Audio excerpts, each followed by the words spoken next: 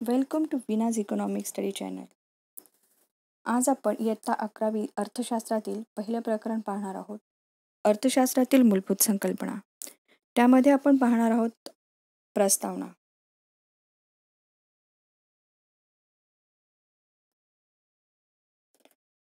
नवीन नवीन वैज्ञानिक शोध व नवीन नवीन गोष्टी शोधून काढणे या बाबींचा ठसा आजच्या जगावर आपण उमटलेला पाहतो. शास्त्रातील लक्षणीय प्रगतीमुळे शास्त्र म्हणजे नेमकं काय या प्रश्नाचा शोध लावण्याचा आपण प्रयत्न करू लागलो आहोत. शास्त्र ही एक पद्धतशीर मांडण्याची काय आहे, ज्ञात शाखा आहे. शास्त्राचे प्रामुख्याने 2 प्रकार पडतात. एक म्हणजे नैसर्गिक शास्त्र आणि दुसरं म्हणजे सामाजिक शास्त्र. एक म्हणजे नैसर्गिक शास्त्र आणि दुसरं सामाजिक शास्त्र. त्यामध्ये प्रथम आपण पाहूया नैसर्गिक शास्त्र. नैसर्गिक शास्त्र म्हणजे असे शास्त्र असते की ज्याला वैश्विक मान्यता असते व या शास्त्रातील म्हणजे नैसर्गिक शास्त्रातील नियमांची जी सत्यता आहे ती बंदिस्त प्रयोगशाळेत नियंत्रणांतर्गत पडताळून पाहता येतात. त्यामुळेच या शास्त्राला नैसर्गिक शास्त्र म्हणतात. प्रयोग व अनुमान यावर आधारित असल्यामुळे या शास्त्राला तंतोतंत शास्त्र म्हणूनही ओळखलं जातं किंवा मूर्तशास्त्र. मूर्त म्हणजे जे जिवंत नाही, मूर्त आहे असे शास्त्र, ज्यावर नियंत्रण ठेवता येते व बंदिस्त वातावरणामध्ये प्रयोगशाळेमध्ये ते तपासून पाहता येतात व त्यातून असणारे जे निष्कर्ष आहेत ते कसे असतात, तंतोतंत बरोबर असतात आणि ते संपूर्ण ठिकाणी सारखेच निष्कर्ष येत असतात. यामध्ये प्रामुख्याने गणितशास्त्र, पदार्थशास्त्र आणि रसायनशास्त्र यांचा समावेश होतो. म्हणजे नैसर्गिक शास्त्रातील नियमांना वैश्विक मान्यता असते.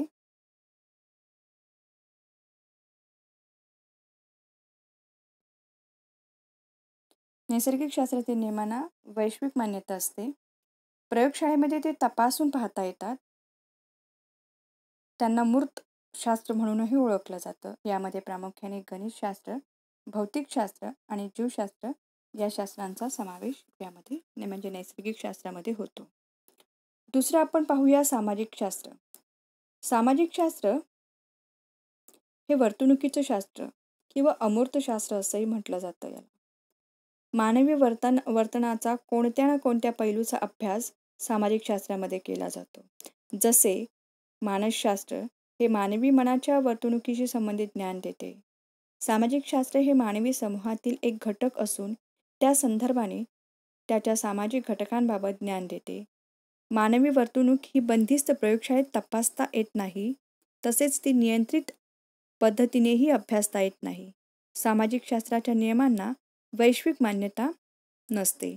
मात्र हे नियम मानवी प्रवृत्तीच्या संदर्भाने केलेले सर्वसाधारण अशी विधाने असतात. सर्वसाधारण विधाने का असतात? कारण ते वैश्विक मान्यता त्यांना नसतात. शिवाय ते प्रयोगशाळेत नियंत्रणाअंतर्गत तपासूनही पाहता येत नाही.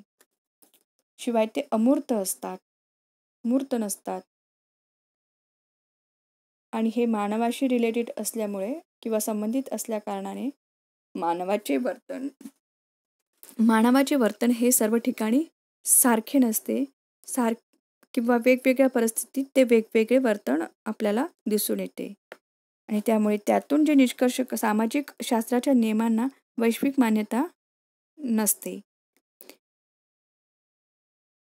सामाजिक शास्त्रातील जी विधाने असतात ते कशी असतात? सर्वसाधारण अशी विधाने असतात. पहिलं म्हणजे वैश्विक मान्यता नसते सामाजिक शास्त्रातील नियमांना. का नसते वैश्विक मान्यता? वैश्विक मान्यता म्हणजे सार्वत्रिक मान्यता नसते. कारण ते प्रयोगशाळेत नियंत्रणाअंतर्गत तपासून पाहणे सामाजिक शास्त्रातील नियम अशक्य असतं. दुसरे ते अमूर्त असतं, म्हणजेच मूर्त नसतं आणि त्यामुळे त्यावर नियंत्रण ठेवणं शक्य नसतं. शिवाय वर्तणूक सतत वेगवेगळ्या परिस्थितीत बदलत असते आणि त्यामुळे सामाजिक शास्त्रातील जे नियम आहेत ते कसे असतात? सर्वसाधारण नियम असतात. यामध्ये प्रामुख्याने मानसशास्त्र, अर्थशास्त्र यासारख्या शास्त्रांचा समावेश होतो.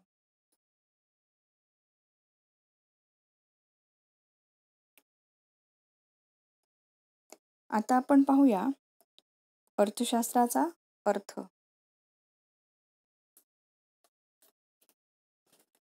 अर्थशास्त्र हे सामाजिक शास्त्र आहे.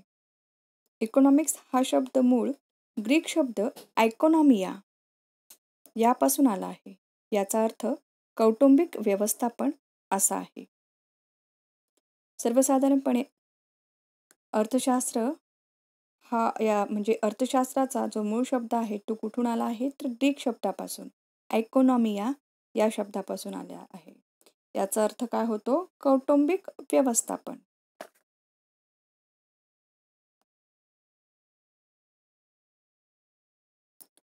पॉल सॅम्युएल्सन यांनी अर्थशास्त्राचे वर्णन सामाजिक शास्त्राची राणी असं केलं आहे. अर्थशास्त्र हे मानवाच्या आर्थिक वर्तणुकीच्या अभ्यासाशी निगडित आहे. या शास्त्रातून मानव आपल्या अमर्याद गरजा मर्यादित साधनाद्वारे कशा पूर्ण करतो हे हाताळले आहे. आणि त्यामुळे पॉल सॅम्युएल्सन याने अर्थशास्त्राला सामाजिक शास्त्राची राणी असं संबोधलं आहे.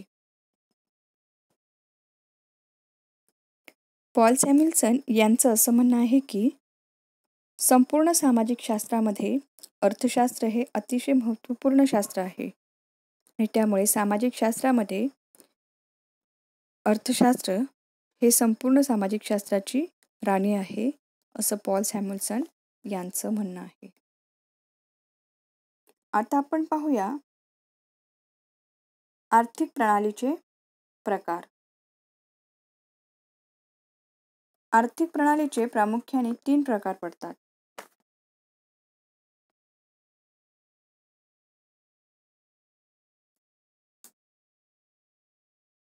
एक म्हणजे लोकशाही, दुसरं समाजवाद आणि तिसरं मिश्र अर्थव्यवस्था. त्यामध्ये प्रथम आपण बघूया भांडवलशाही. भांडवलशाही म्हणजे काय? भांडवलशाही म्हणजे अशी अर्थव्यवस्था की ज्या अर्थव्यवस्थेमध्ये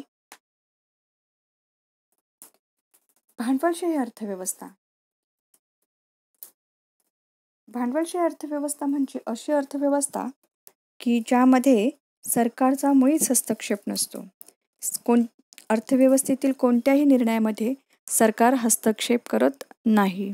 संपूर्ण निर्णय हे भांडवलदार घेत असतात आणि त्यामुळे या ठिकाणी जास्तीत जास्त नफा मिळवणे हा भांडवलदारांचे महत्त्वपूर्ण उद्दिष्ट असते. तर दुसरं म्हणजे समाजवाद.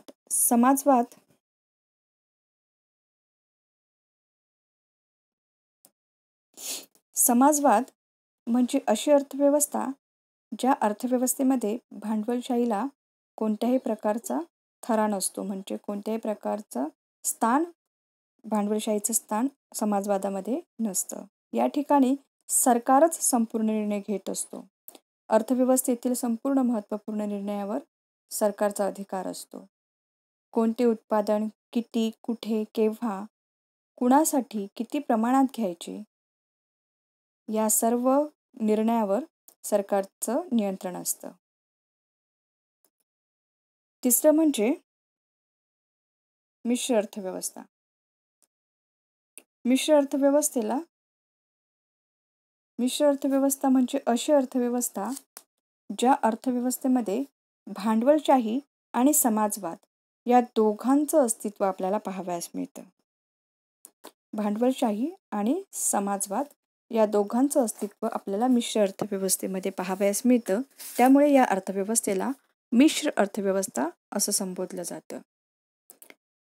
मिश्र अर्थव्यवस्था याचं उत्तम उदाहरण म्हणजे भारत. भारतामध्ये भांडवलशाही आणि समाजवाद या दोघांचा समन्वय आपल्याला पाहावयास मिळतो. भांडवलदारावर संपूर्ण सरकारचं नियंत्रण असतं. या ठिकाणी भांडवलदारांच्या कंपन्या आणि सरकारच्या कंपन्या या दोघेही आपल्याला पाहावयास मिळते आणि त्यामुळे याला मिश्र अर्थव्यवस्था असं म्हणतात. मिश्र अर्थव्यवस्थेमध्ये भांडवलदारांचं वर्चस्व मात्र मुळीच चालत नाही. त्यावर संपूर्णपणे सरकारचे नियंत्रण असल्याकारणास्तव अंतिम निर्णय हा सरकारचाच असतो.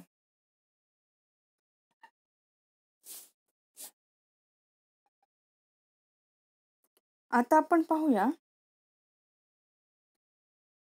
कौटिल्य यांचा अर्थशास्त्रीय दृष्टिकोन.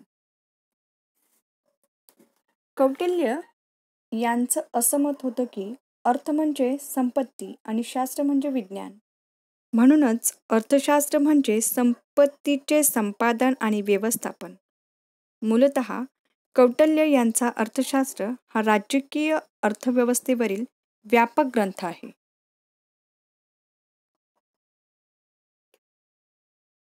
कौटिल्य यांचं काय म्हणणं होतं की अर्थशास्त्र म्हणजे संपत्तीचे संपादन आणि व्यवस्थापन. मूलतः कौटिल्य यांचा अर्थशास्त्र हा राजकीय अर्थव्यवस्थेवरील व्यापक ग्रंथ आहे. आता आपण कौटिल्य यांचा अर्थशास्त्रीय दृष्टिकोन काय होता याविषयीचे महत्त्वपूर्ण मुद्दे पाहूया.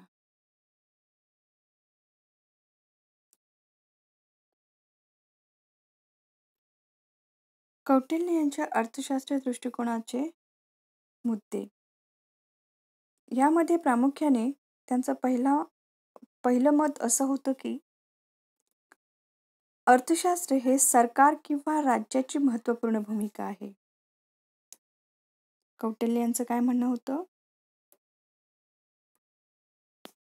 की सरकार किंवा राज्याची महत्त्वपूर्ण भूमिका अर्थशास्त्र हे महत्त्वपूर्ण मुद्दा आहे किंवा घटक आहे. संपत्ती निर्माण करण्यावर लक्ष केंद्रित करून राज्याचे कल्याण कसे साधता येईल याविषयी सरकारने महत्त्वपूर्ण भूमिका स्वीकारावी. त्यांचा दुसरा मुद्दा असा होता की संपत्ती निर्माण करण्यावर लक्ष केंद्रित करत असतानाच त्याबरोबरच राज्याचे कल्याण कसे साधता येईल. म्हणजे या ठिकाणी त्यांनी संपत्तीबरोबर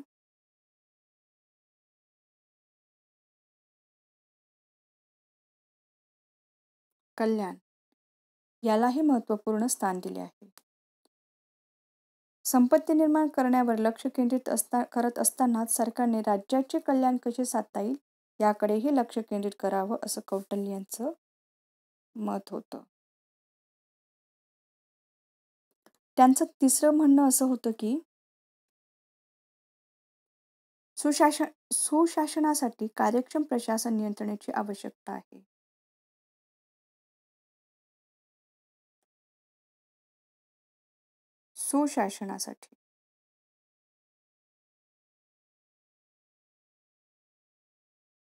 सुशासनासाठी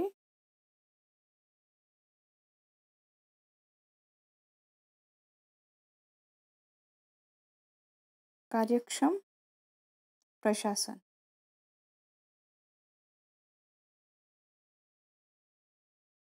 कार्यक्षम प्रशासनाची आवश्यकता आहे.